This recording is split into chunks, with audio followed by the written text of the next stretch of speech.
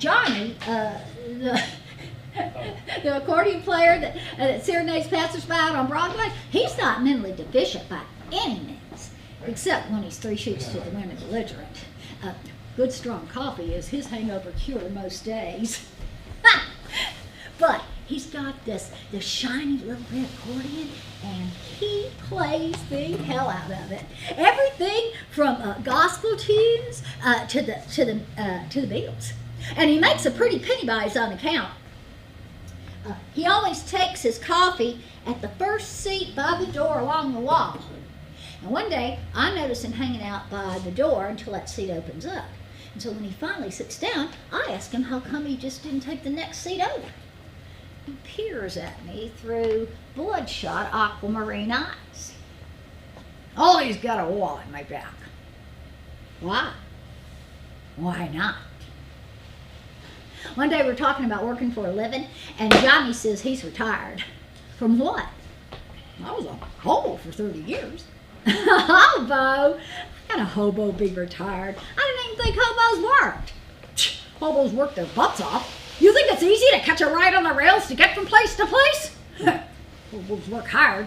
Not many people can do it, but I did it for over 30 years, and I've seen every inch of this country, from coast to coast and border to border. I asked him how long ago he retired. 5 years. And then I asked him how old he is. What's it to you? Nothing, I'm just curious is all. Takes a long drag off his lucky strike. Takes his good sweet time coughing up the information too. I'm 57. 57? He looks at least 70 to me. His face is all weathered and his short cropped hair's white as snow. Then I ask him, how'd you become a hobo?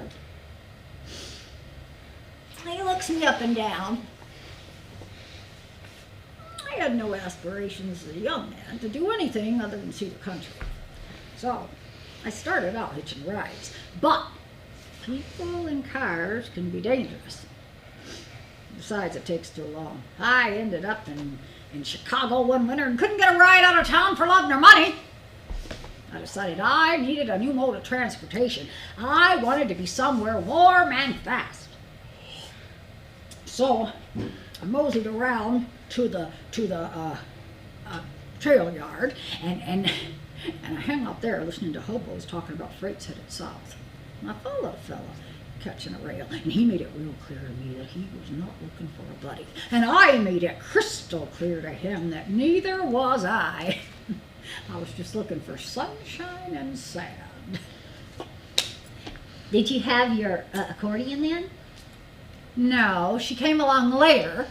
And some no-good drunk broke my banjo over my head in a fight on a freight outside of Omaha. By the time I got to Kansas City, I was so lonesome for music.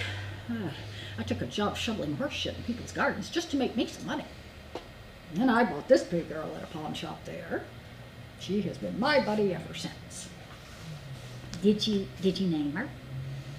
None of your beeswax. I got too close. Another time I asked him, do you always sleep on the street? Of course not. Are you out of your mind? Well, where do you live? In places I pay for. So you do pretty well. I got no complaints. And really, he didn't. Now, I meet Shirley one morning when I overhear her telling Patty all about making shrimp gumbo. Now, get you a miss of fresh shrimp. They don't stink not one bit when they're fresh. They almost sweet swim, in fact.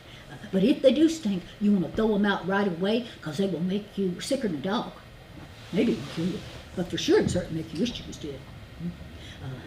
Then you got to chop up all your vegetables. Now, some people, they don't like to use okra in the gumbo, but that's how my mama made it, and I like to use it too on account of the okra. The cool of the okra cuts through the heat of the spice just enough, so she's sure to want another bowl. But getting the root just right, that is the most important part of the process. It takes time and patience. You got to get it thick enough and dark enough so that when you add all the other ingredients together, it'll thicken up just right. Because there is nothing worse than a too thin gumbo. I tell Patty, I hope he's writing this down. He just says, nuts, bats in the belfry. I turn back to the woman. He's right. She's talking to the grill. Dirty fingernails and sunburn and other signs reveal that living on the streets has taken its toll. But the woman herself is magnificent. Her dark auburn hair is cut short, and she's big, 6 feet maybe, and heavy set, probably 250 pounds or so. And her face possesses the same innocence of a baby doll I had once as a child. But instead of the blank-eyed stare of my baby doll, her dark blue eyes gleam violet, a mixture of madness and I'm going to stop you there for a sec, Patty, and I'm going to have you, because we just found our sweet spot for this frame. Okay. So what I want you to do, it's your entire playing area just got reduced. Okay. So it's going to be from this is Johnny here, Yeah. and this is going to be Shirley.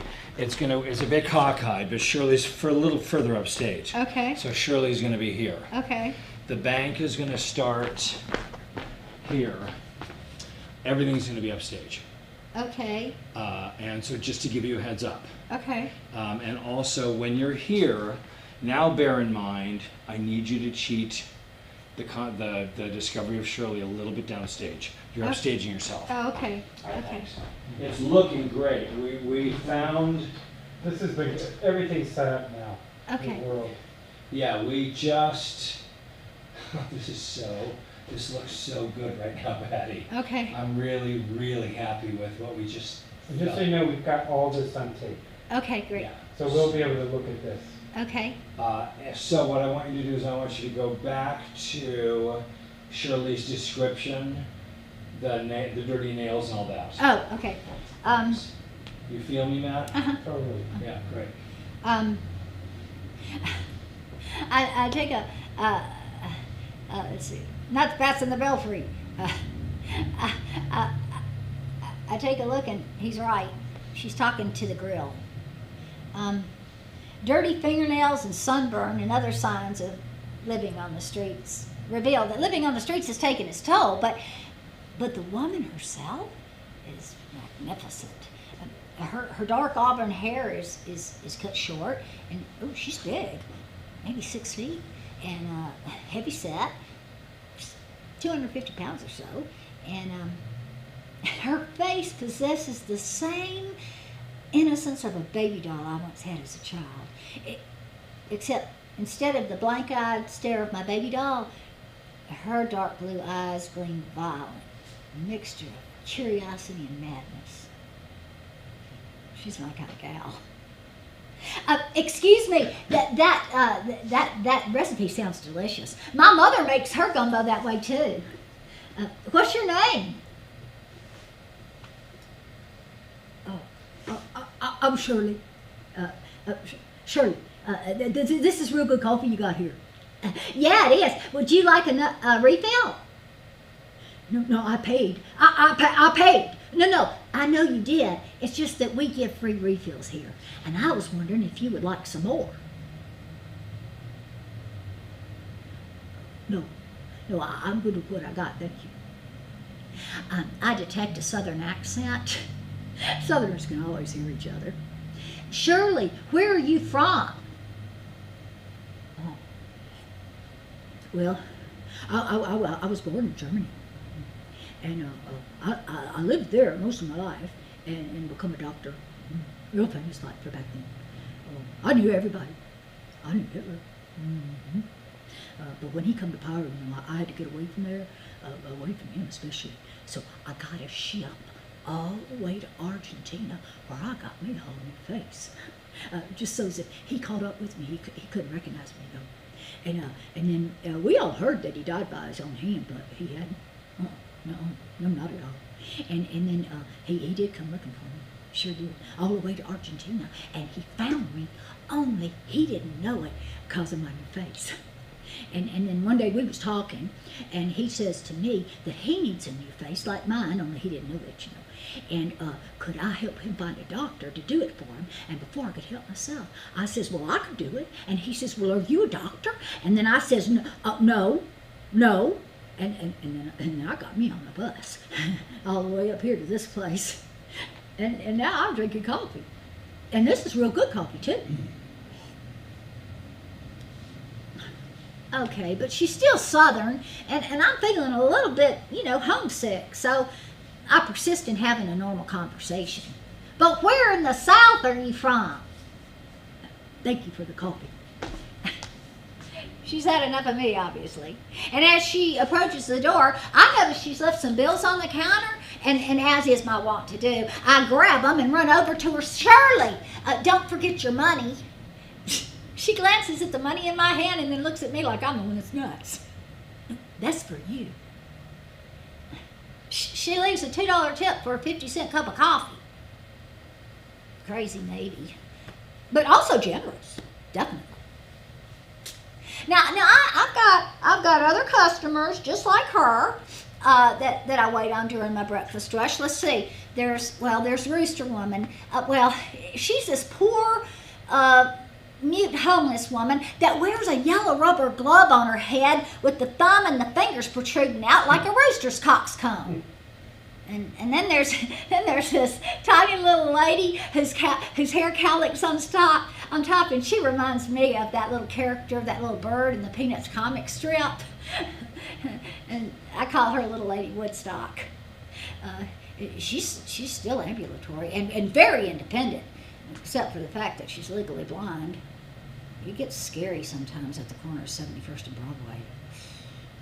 Then there's also this Slavic sailor that shows up drunk every 2 weeks, still wearing his merchant marine uniform, little pillbox cap and chin strap. He is so happy. I mean, seriously, I've known a lot of drunks in my life, and most of them are arrogant assholes or Crimea River depressives. But this guy is just thrilled to be on dry land. And then, of course, there's Sherlock and Watson. Now, Sherlock is somewhere in his 30s, perfectly costumed. The strange deerstalker hat with the flaps pulled up for summer, along with the trademark double-breasted overcoat, even in summer, and an umbrella, which he uses as his cane. Watson is also just as appropriately outfitted, but I can't see him because he's the figment of Sherlock's imagination. The first day they show up, I place a cup of coffee in front of Sherlock, who demands, "Excuse me, aren't you missing one?" I don't get his meaning. "Good God, my associate Watson would like coffee as well." Oh, sorry. So I pour another cup of coffee, and then I place it in front of the empty stool and play like I'm talking to Watson. "There you go.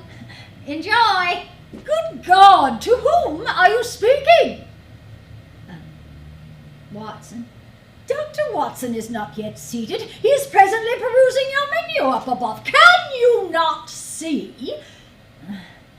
He says he'll have the coffee when it's ready." Well, there is nothing like being put in your place by some guy's imaginary friend. And then he orders for both of them. "Ham and eggs over easy, not hard, mind you, with buttered white toast and marmalade.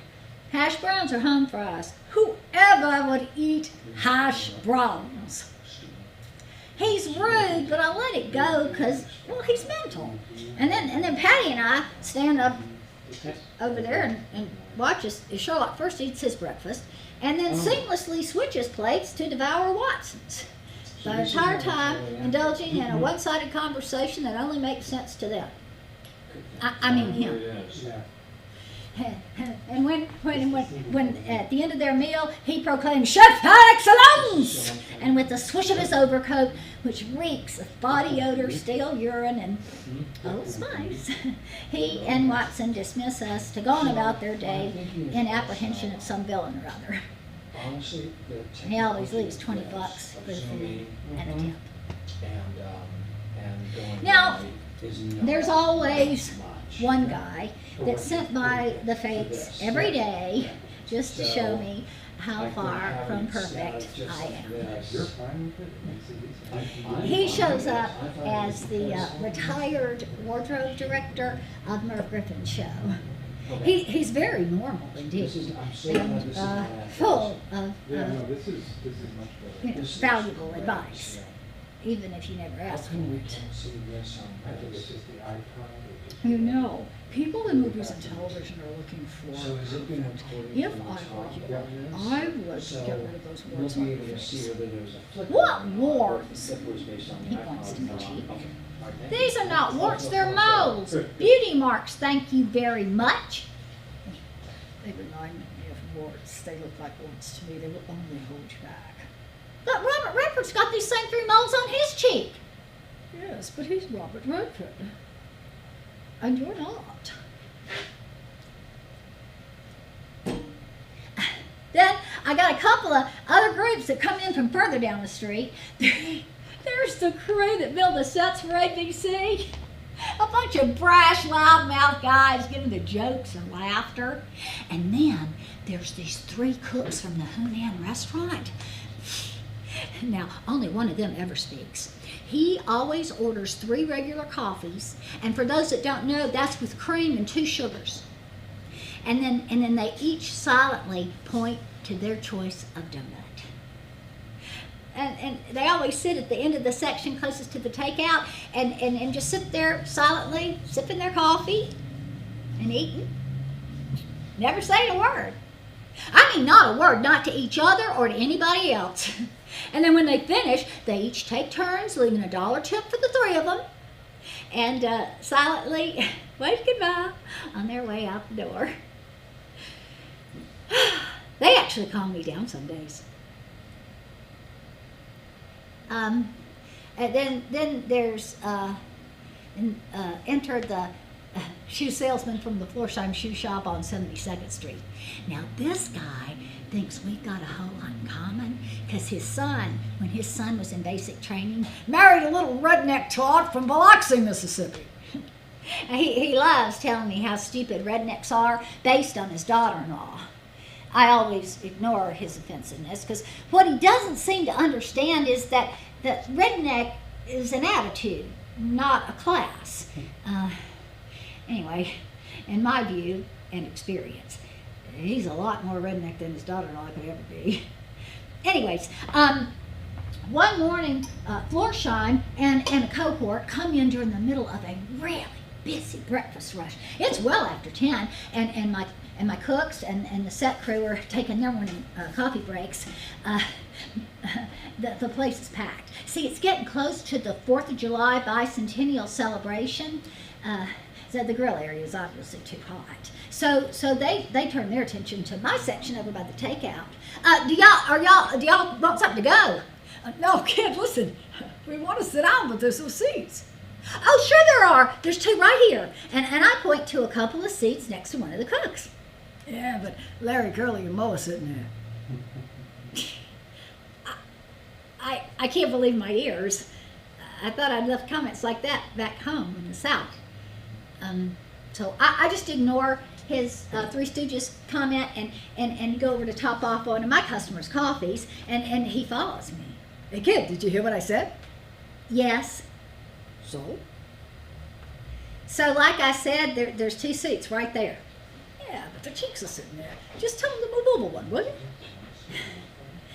you? You know, there is this thing that comes up in me sometimes that I have absolutely no inclination to repress. I got it from my big mom. So I stand back, pot in hand, and I say, you know what, I don't see any chinks in here, except maybe for the ones in your character. And just so we're clear, there's no Stooges here either, except perhaps for you and your pal there. Hey, you can't talk to me like that. Actually, I can. You see that sign up there? And I point to the sign above the coffee maker next to the clock that states in big, bright red capital letters, "We reserve the right to refuse service to anyone." I I'm refusing to serve you, so you can take your racist name calling out of here and go get your coffee elsewhere. Oh, he turns red, starts shouting, you get me the manager, I want to see the manager right now, you little redneck bitch. And that's when the crew guys get up. What? Well, everybody calm down. Stacy! Stacy comes out, calmly looks up at the man. You have a complaint? Yeah, the waitress there was rude to me and my friend here and refused to serve us. Is that right, Pat? I nod. Well, I guess you better leave, because if Pat refused to serve you, there must be a good reason for it. She never refuses any. So go ahead, take a hike. Well, wait a minute, I'm a customer here. Not my customer, you're not. My customers don't call my other customers and my employees' names. Now get out! Oh, he is shocked, speechless that anyone would talk to him, a white guy like this.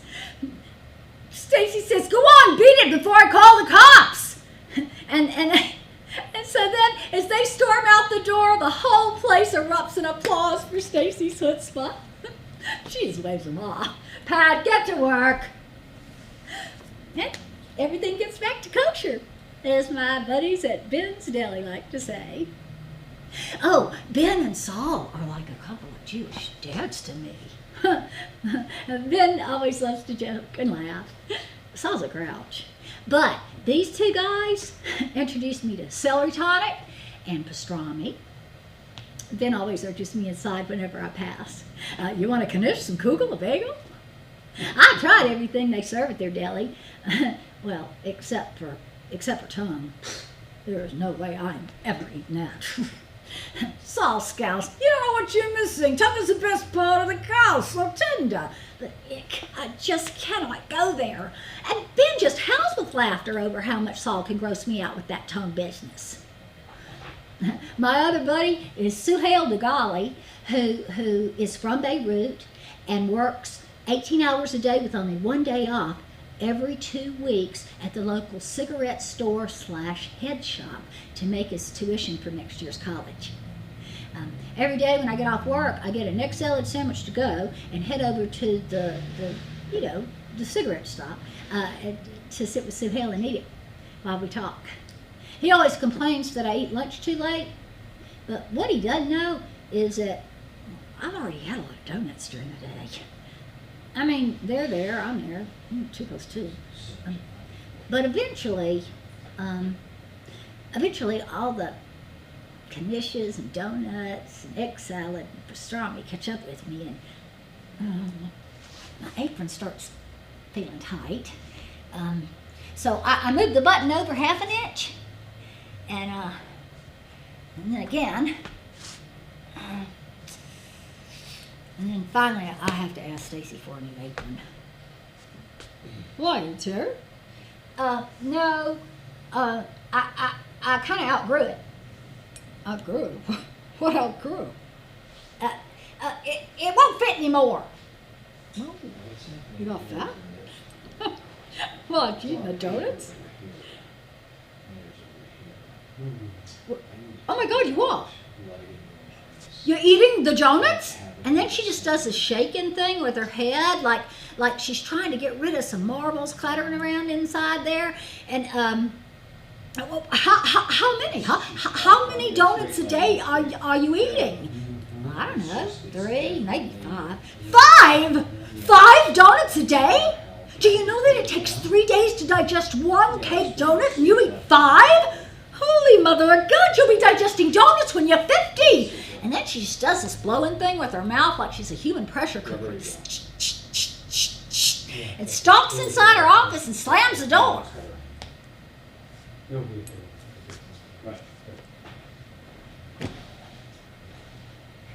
A few minutes later, she finally comes out and throws another apron at me. Here, take this one. This is the biggest we got. You outgrow this when you go shopping. You got it? I nod. Meanwhile, no more donuts. And go on a diet. The story of my life. Eat fat, diet.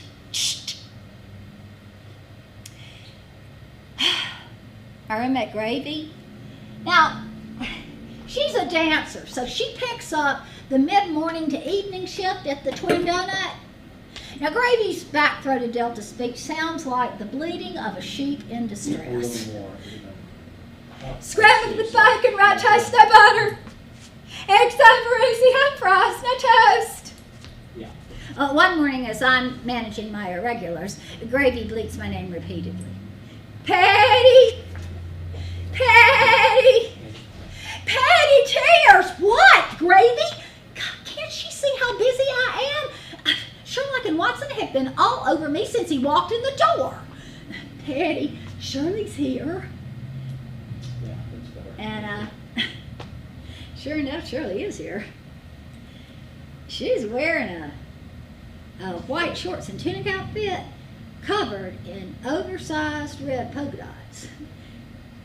And on her head, she's sporting a white plastic planter's pot with an attached saucer like a hat, which she has adorned with several very large, bright red stick-on bows. And Now the problem with in addition to the outfit, every inch of her legs, her arms, her hair, Patty, her please hold there for 1 sec. Oh, yeah, look at that. Yeah, that's a deal.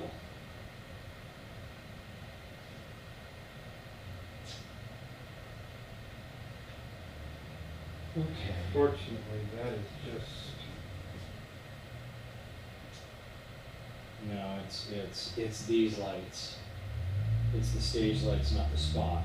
no, this is, oh, no, there's a delay. Oh, oh, There's no, a I'm so delay. sorry. Yes. Yeah. It's the spot. So Now, let's see what happens to that image. Because maybe this, see Ah. how that looks. So how does that whole thing look? that's great. Then you don't need a spot. Okay, so hold on 1 sec, Patty. I'm glad I brought up the YouTube one. Me too. We're watching it in 2 different formats right now, which is helping a lot of decision-making process right now. okay.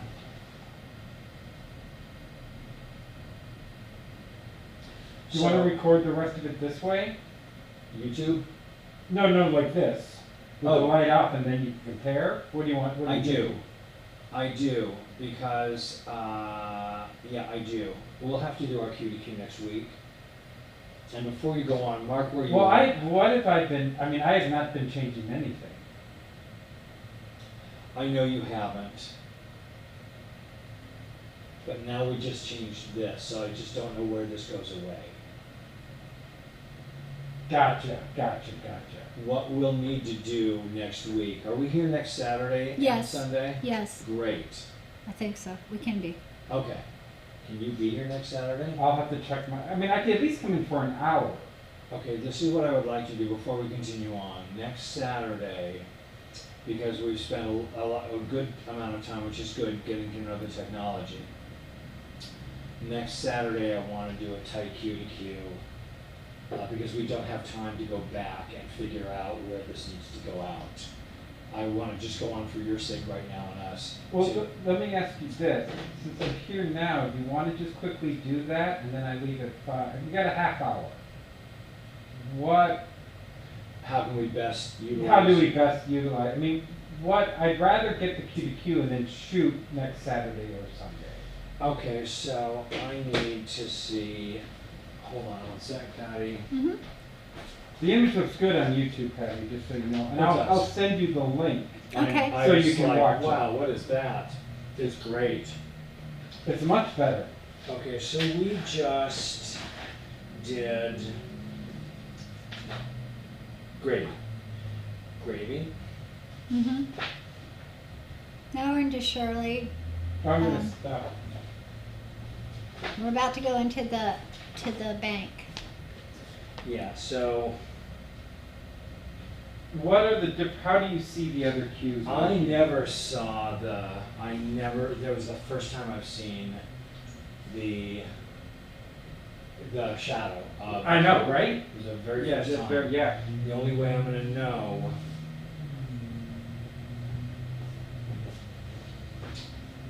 What I'm saying is, are you wanting to keep the spotlight and just bring it up and on, or are you thinking of getting rid of the spotlight and just playing with the stage lights?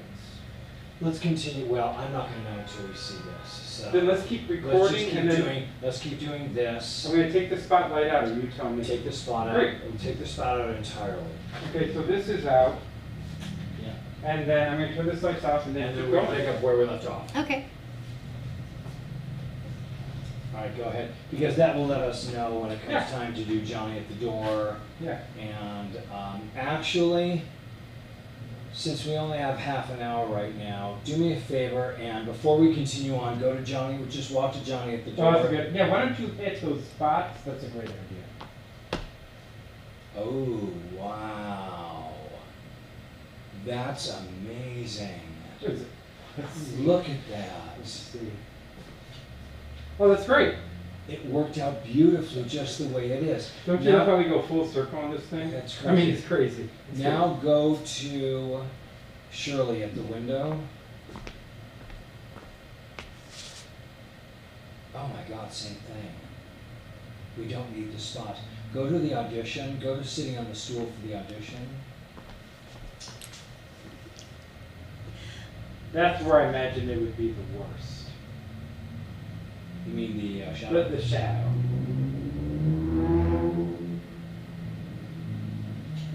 Alright, so that's Shirley. Now I'm gonna watch you sit down and on the YouTube version of this. You know what? We don't need the spot.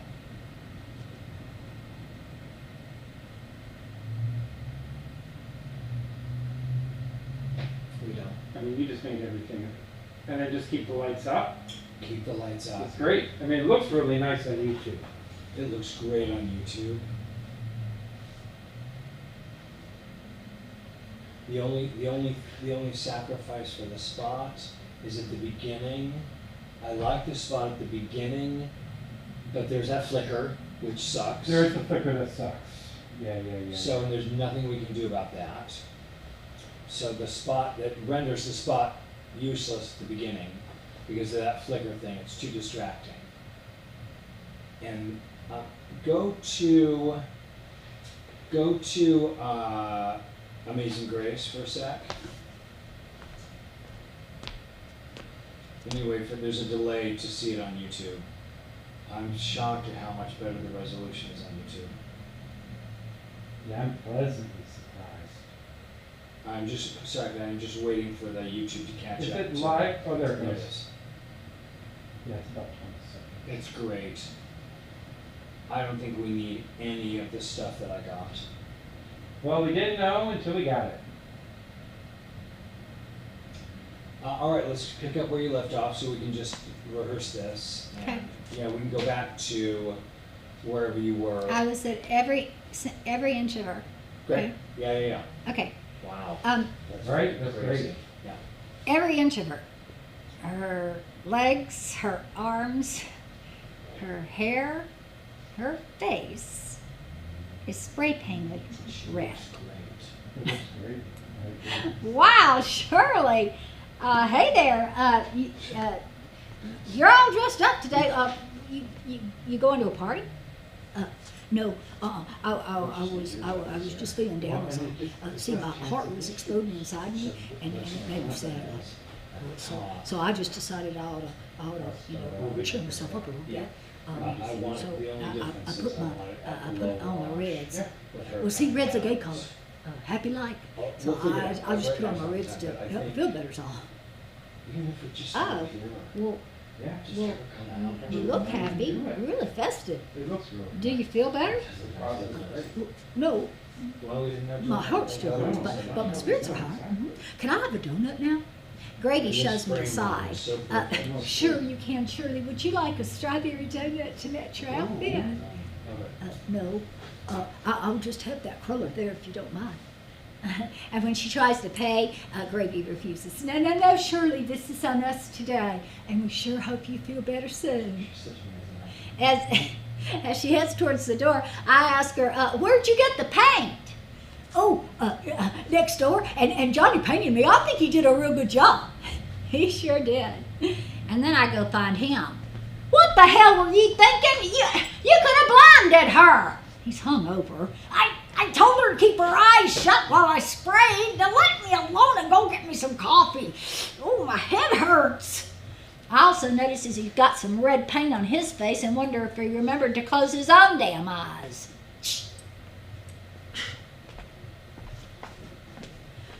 By mid-July, I have become a very trusted employee of the Twin Donut. So trusted, in fact, that Stacy sends me to make her bank deposits. Now, whenever I do it, I take the zippered banker's bag containing the money and the deposit slip and hide it behind the bib of my apron and practically run all the way to the bank, praying silently at the walk sign to get the walk sign. And then whenever I do, I thank my mother's lucky stars and I race across the street through the revolving door, which spits me into the bank.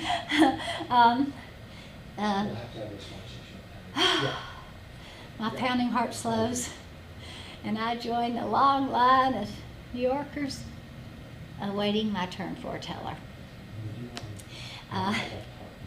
We all stand silently as we wait.